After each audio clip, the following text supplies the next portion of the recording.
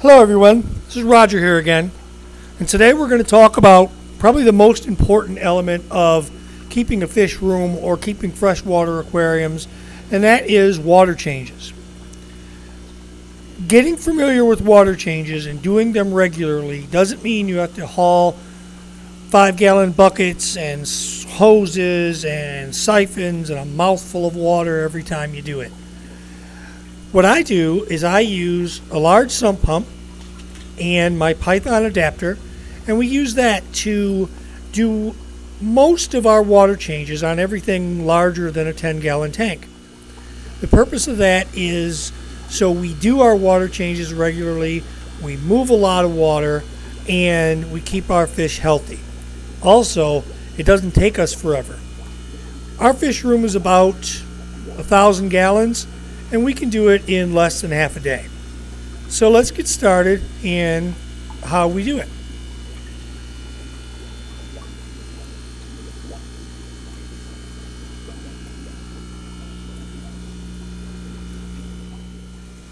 Here is a 1/6 horsepower sump pump.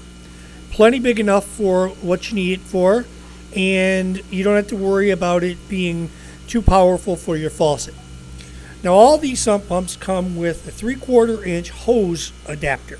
You can hook up a garden hose and run it to your sink. You can run a garden hose outside.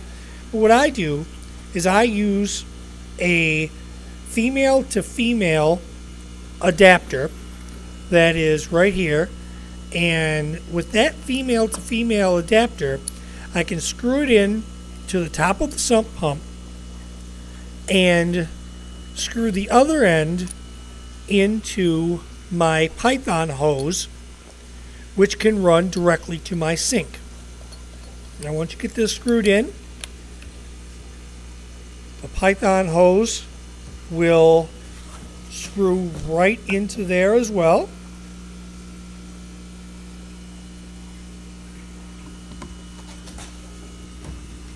And that's it. That's all the tools you need. You could pick up a 1/6 sump pump for about 30-40 bucks. I got this one at Harbor Freight, and the Python is what I use all the time anyway. Now let's see how it works. Let's see how it looks in action.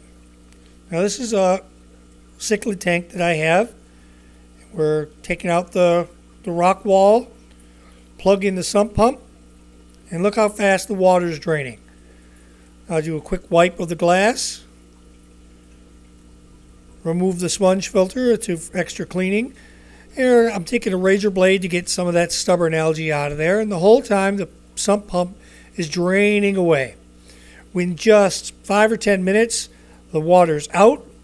I take the sump pump out, hook on the extra nozzle, and turn the sink on and fill it right back up. The whole time, then I just rebuild the wall and put everything back together. Most of the time the tank is drained and filled before I get done. I also will work on the canister filters and everything like that before the tank could be filled. Let's take a look at another tank. This one is my Red Devil Nelson's tank. There's also some other fish in here with him temporarily.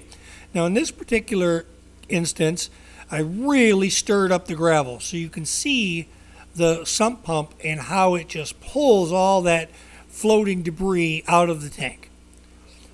Took the wall out and allowed Nelson to really do some quality chasing of his tank mates. Again, wipe off the glass, take out the extra sponge filter that I have in place, wash that up, unplug the sump pump, hook the Python back up, turn the hose on, tank's filling right back up. And that's very quick. There's no spills. It's very easy, and I'm not carrying buckets and dumping them outside. Now here's my hydroponics or aquaponics tank, and this one is a 29 with a small aquaponics tub that'll be a future video. Here, same situation. Sump pump, drained it out, put in a little dechlorinator, start filling the tank right back up. Now, like we said at the top of the video, if you're going to have any success in this hobby, you're going to have to get familiar with water changes. The more often you do them, the better for the fish. The fish react to them in such positive ways. As you can see, these colors really coming out here. And for a lot of reasons, you don't want to carry these buckets. You don't want to spill. You don't want to have to lug them outside or around your house. This sump pump idea came from Steve Poland in Columbus, Ohio, and I thank him for that. And it works really well, and this is what we do. Push subscribe. Thanks. The next video will be coming soon.